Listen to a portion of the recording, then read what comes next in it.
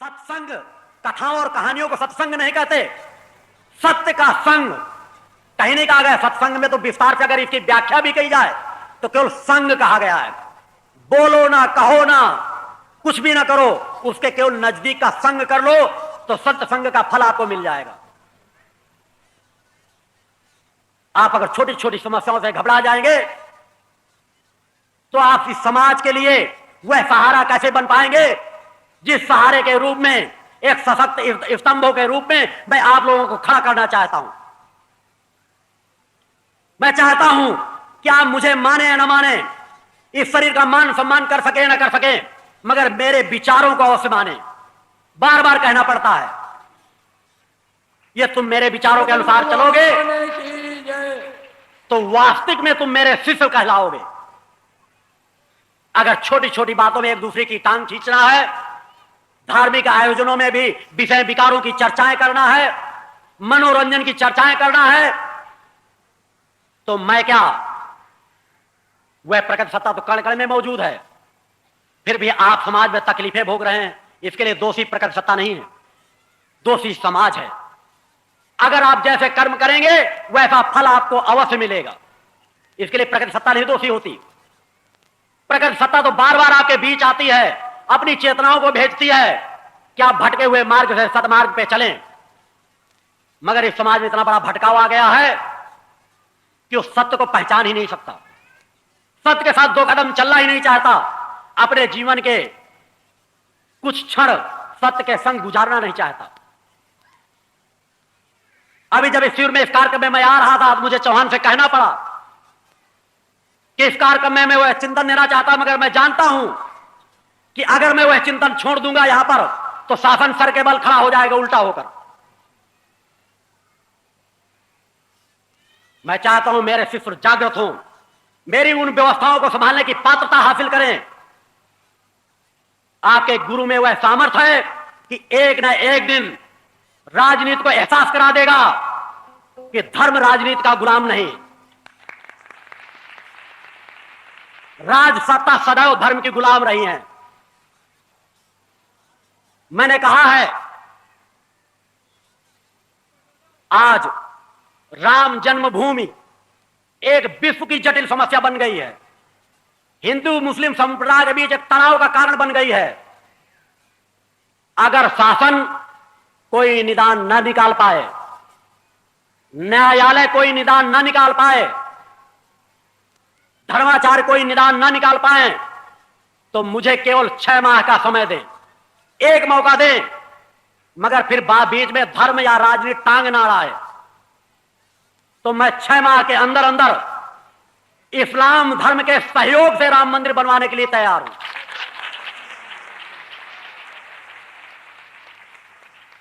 क्योंकि यह संभव है। अगर मेरे अंदर सत्य है तो मैं जानता हूं जो चेतना मेरे अंदर है वही चेतना उनके अंदर है। संप्रदाय अलग अलग हो सकते हैं, भटकाव हो सकते हैं, मगर यदि उन्हें सत्य का एहसास कराया जाए, यदि उन्हें सत्य का ज्ञान कराया जाए, तो जिस तरह हिंदू धर्म के धर्माचार्य हिंदू समाज को अपने साथ जोड़ सकते हैं, तो इस्लाम धर्म को साथ क्यों नहीं ले सकते? क्यों ऐसी खाई खोद दी जाती है कि जिसको अगर आने वाला समाज पाटना चाहे तो भी ना पाट पाए? ये कमियां हैं, उन कमियों को दूर करना पड़ेगा। चूंकि अनेकों जगह कुछ पत्रकारों ने छाप दिया था, लोगों को लगा कि गुरुजी ने कहा होगा कि नहीं कहा होगा, मगर यह समय अगर वो 1 वर्ष के अंदर कोई निर्धारित कर दें तो ज्यादा उत्तम होगा। क्योंकि मेरे जीवन का लक्ष्य जन कल्याण है और उसके लिए मैंने 108 यज्ञों का क्रम अपना रखा है।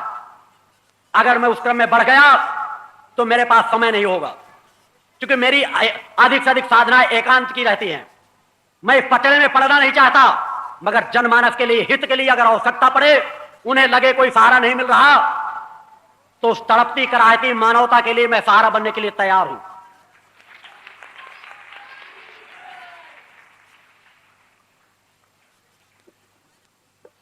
आवश्यकता है परिवर्तन के चक्र को सदमार्ग की ओर मोड़ने की, कर्म करने की, कर्मवान बनने की। आप एक छोटी चीज से घबरा गए, अभी मैंने बार बार कहा मैं चेतना भरने आया हूं। आप लोगों को ज्ञात नहीं, इसी जीवन में, इसी शरीर में जब मैं अखंड अपनी साधनाएं कर रहा था तो प्रकृति का ऐसी परिस्थिति निर्मित की, नया जहां जिस कमरे में मैं साधना कर रहा था, नया खपड़ेल का कमरा एक बनवाया था। जब मेरी साधना प्रारंभ हुई तो 2-4 दिन में बिल्लियों का तांडव नृत्य शुरू हुआ और पूरे खपड़े तोड़ गई। बरसात इतनी तेज हुई कि पूरे मेरे साधना कक्ष में पानी भर गया। केवल बचा था मेरा आसन, जहां मैंने ऊंचा आसन बना रखा था। बची थी मां की प्रतिमा और यज्ञ वेदी, जहां पर एक छोटी सी मैंने पन्नी पहले से लगा रखी थी। दिन भर साधना करता था और रात भर बैठ करके काटता था। शरीर को सीधा करके लेटने तक की जगह नहीं थी, मगर इस शरीर में तो जरा से व्यथा नहीं आई। इस शरीर ने तो मां से भी नहीं कहा कि मां बरसात होना बंद हो जाए। अगर साधक हो तो प्रकृति के कुचक्र को चैलेंज दे दो कि काल का कुचक्र जो कुछ करना चाहे कर ले, अगर रोक सके तो हमारे सत्य मार्ग को रोक कर दिखाए। साधक जब साधना में बढ़ता है तो लक्ष्य संकल्प लेकर बढ़ता है कि या तो साधना सिद्ध होगी या तो अपने शरीर का त्याग कर दूंगा, क्योंकि यह स्थूल महत्वपूर्ण नहीं। स्थूल तो नाशवान है ही, आज नहीं तो कल इसे नष्ट होना है, और जो नाशवान नहीं है उसे दुनिया की कोई ताकत नष्ट नहीं कर सकती। तो क्यों ना हम दृढ़ता के साथ सतमार्ग पे बढ़ें, क्यों ना प्रकृति सत्ता के से अपने अंदर आत्मशक्ति मांगे, भक्ति ज्ञान व आत्मशक्ति से परिपूर्ण कर ले अपने आप को। किसी पिता का अपाहिज पुत्र बनने की अपेक्षा पिता का कर्मवान पुत्र बने, ज्यादा श्रेयस्कर होता है। जितनी महत्वपूर्ण भक्ति है उतने महत्वपूर्ण कर्म है, सेवा पक्ष है। अन्य गुरु अपनी सेवा की कामना करते होंगे, मैं कहता हूं तुम्हारे अंदर भक्ति आनी चाहिए और जन कल्याण की भावना होनी चाहिए। एक चिंतन बनाओ, अगर परिवर्तन करना चाहते हो समाज में तो, और अगर घिसा पिटा जीवन ही चाहते हो तो भटकते रहो, उन साधु संत सन्यासियों के चेले बनते रहो जो तुम्हारी दक्षिणाओं में अपना पेट भरते हैं। अगर सद्मार्ग अपनाना है तो मेरे विचारों के अनुयायी बन जाओ। देखो, एक जीवन तुम्हें शांति दे देगा। इस शरीर के त्यागने के पहले पहले तुम्हें सत्य का एहसास हो जाएगा।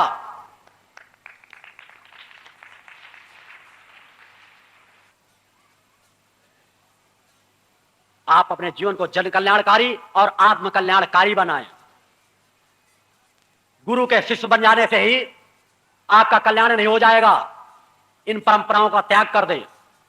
शिष्य का तात्पर्य है गुरु के विचारों को अपने रोम रोम में समाहित करना, प्रलोभनों में नहीं बंधना।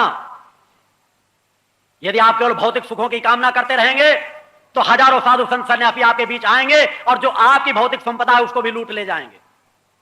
कहीं कहेंगे आपके घर में धन गड़ा है, आप इतना दक्षिणा दे, पैसा तो हम ऐसा प्रयोग करेंगे जो गड़ा नहीं, जो ऊपर है उसको भी ले जाएंगे।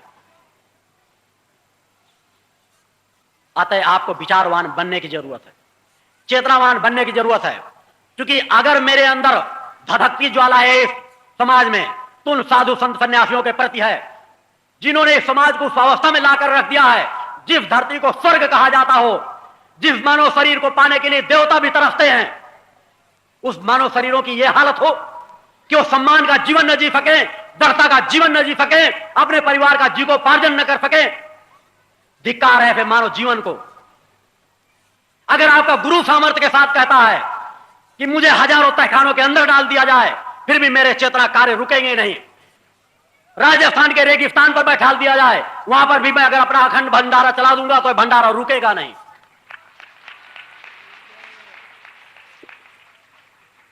आप कुछ तो हासिल करें। आप कुआं नहीं खोद सकते तो कुएं से पानी निकालकर पीने का ज्ञान तो सीखें। अगर कुएं में ही कूदने लगेंगे तो आप अपनी जान को भी गंवा बैठेंगे। क्रम सीखें कि अगर कुआं नहीं खोद सकते तो अगर हमारे बीच कुआं आया है तो हमको किस तरह पानी निकालना है, किस तरह अपने घर में संजो करके पानी रखना है। असली स्रोतों को पहचाने। भगवे वस्त्र ही पूर्ण नहीं होते। प्रकृति से मांगना है तो केवल भक्ति ज्ञान व आत्मशक्ति मांगे, भौतिकताओं की कामनाओं को सीमित कर दे। भौतिक कामनाएं तो अपने आप पूर्ण होती चली जाएंगे जितने आपके संस्कार जागृत होते चले जाएंगे। संस्कारों की दिशा को बदलें। कुसंस्कारों से अपने आप को मुख मोड़ें। आपका गुरु आपके साथ है। जो तड़प आपकी नहीं होती उससे कई गुना ज्यादा मेरी तड़प आप लोगों के प्रति रहती है कि मैं आप लोगों को जन कल्याणकारी जीवन बना सकूं, आप लोगों का कल्याण कर सकूं।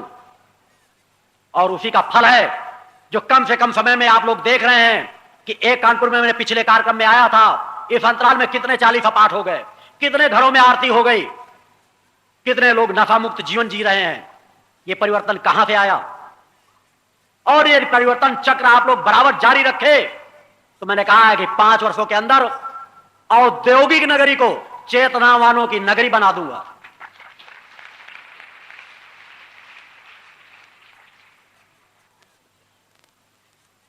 आप अपने माथे पर मां का तिलक लगाते हैं, रक्षा कवच डालते हैं, इसका मान सम्मान रखें, अपने जीवनों में परिवर्तन लाएं। धीरे धीरे विषय, मैं नहीं कहता, मैं धीरे धीरे कहता हूं कि विषय विकारों से अपने आप को अलग करो। अपना कुछ समय ध्यान साधना में दो, इसके अलावा कोई मार्ग नहीं है। जब तक आप कुछ ना कुछ समय बैठेंगे नहीं, आप जब तक कम से कम, मैं कहता हूं ज्यादा समय नहीं, कुछ ना कुछ समय, आधे घंटे 1 घंटे जो समय दे सके नित्य दें। अगर हो सके तो एक बार मेरे आश्रम के शारदीय नवरात्रि के कार्यक्रमों केवल भाग लें, आपका जीवन बदलता चला जाएगा। अतः आप लोग कर्मवान बने, चेतनावान बने, छोटी छोटी समस्याओं से घबराएं नहीं। मैंने बार बार कहा है कि कुछ ऐसा चिंतन है, अनेकों ऐसी साधनात्मक जानकारियां हैं जो आप लोगों के लिए भविष्य में कल्याणकारी होंगी, मगर मेरे शरीर से अगर उनको निकालना है तो उसके लिए आपके अंदर भाव पक्ष जागृत होना चाहिए, आपके अंदर एक परिवर्तन जागृत होना चाहिए, परिवर्तन होना चाहिए।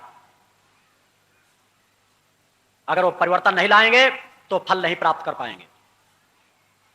मैं जिस समय स्टेज पे उपस्थित होता हूं उस पल से मेरी चेतना तरंगे बराबर कार्य करती रहती हैं। जिन क्षणों पर आप आरती कर रहे होते हैं उन क्षणों पर मेरी चेतना तरंगे बराबर आपकी ओर प्रभावित होती हैं, प्रवाहित होती रहती हैं।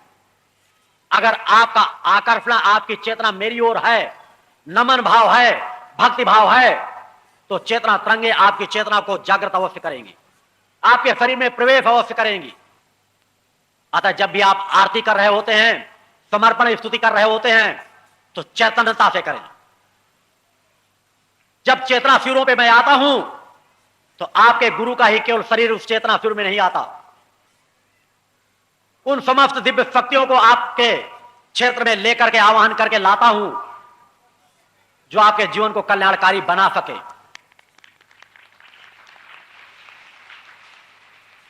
उस परिवर्तन के चक्र में आप सहभागी बने, आप 2 कदम मेरे साथ चल सकें, आपके लिए कल्याणकारी होगा।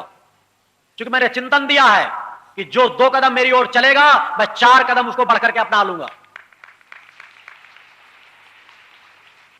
आपको केवल वैचारिक परिवर्तन की जरूरत है। मंत्र आज जहां 1 घंटे करते हैं, आधे घंटे ही करें, मगर जब आधे घंटे करें तो आपका मन एकाग्र करने का प्रयास करें।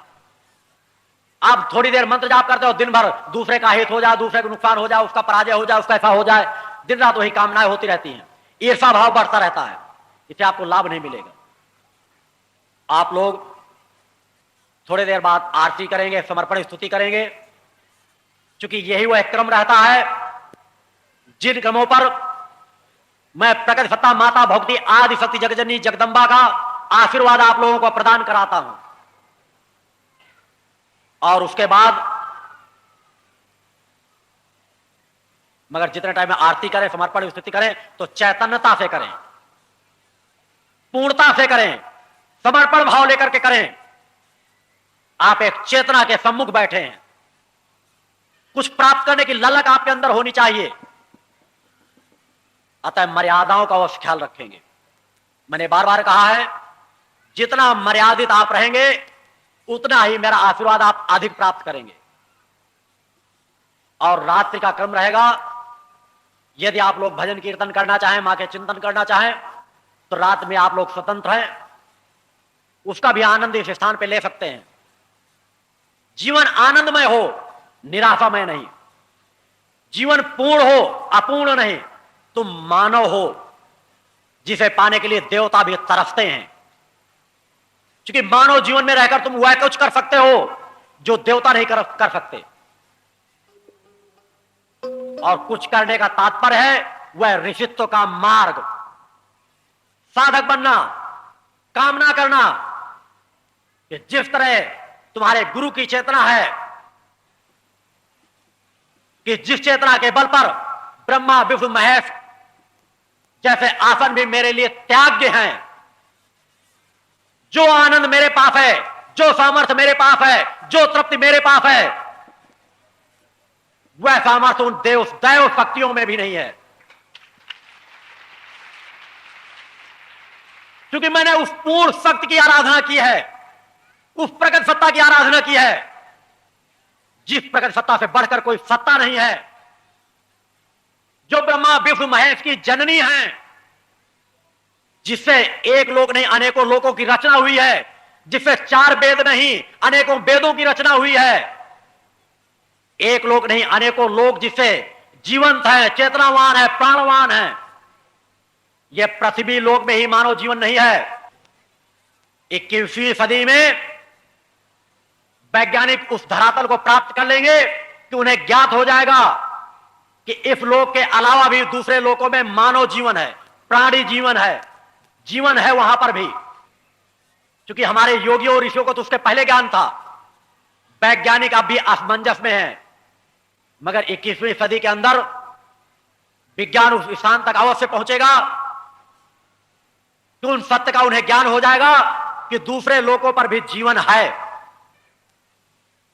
आज मैं इन्हीं शब्दों के साथ उस ओर बढ़ा ले जाना चाहता हूं कि आप आरती समर्पण स्तुति करें और मर्यादित प्रणाम करें। अगर आपको जल्दी है तो आप अपने स्थानों में ही रहकर प्रणाम करके जा सकते हैं। यह स्थान रहेगा, आप कभी भी दूर से भी प्रणाम कर सकते हैं। क्योंकि मैं गुरुओं में नहीं कि आप मेरे स्थान पे आकर दक्षिणा चढ़ाएंगे तभी मैं आपको आशीर्वाद दूंगा। मुझे चढ़ाना है तो अपने कुसंस्कारों को चढ़ाएं, भेंट देना तो अपने अवगुणों की भेंट चढ़ाएं। शेष आपकी भावना पर आधारित रहता है। और इन्हीं शब्दों के साथ मैं एक बार पुनः आपको अपना पूर्ण आशीर्वाद समर्पित करता हूं। बोल जगजननी जगदम्बा माते की जय।